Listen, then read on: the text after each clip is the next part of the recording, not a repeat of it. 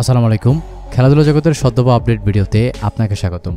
আজকের ম্যাচটিতে ব্যাট করতে নেমে প্রথম থেকেই ধুঁকতে দেখা যায় বাংলাদেশের দুই ওপেনারকে, বিশেষ করে লিটন কুমার দাসকে। যুক্তরাষ্ট্র বোলারদের মোকাবেলা করতেই পারছিলেন না তিনি।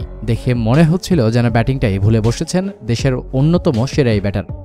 সৌম্য সরকারকে একটু স্বাচ্ছন্দ্যই মনে হচ্ছিল, কিন্তু ১৩ বলে ২০ রান করে তিনিও আউট হয়ে গিয়েছেন। দুর্ভাগ্য ভর করেছিল বাংলাদেশের ব্যাটারদের ওপর। ১২ বল খেলে ৬ রানে আউট হয়েছেন সাকিব আল হাসান। ৬৮ রানে ততক্ষণে ৪ উইকেট হারিয়ে বেশ ধুঁকছিল টাইগাররা। তখনই বাংলাদেশের ব্যাটিংয়ের হাল ধরেছেন দুই নবীন প্রবীণ মাহমুদুল্লাহ রিয়াদ এবং তাহিদ হৃদয়। ২২ বলে ৩১ রান করে দলীয় ১৩৫ রানের মাথায় আউট হয়েছেন মাহমুদুল্লাহ রিয়াদ।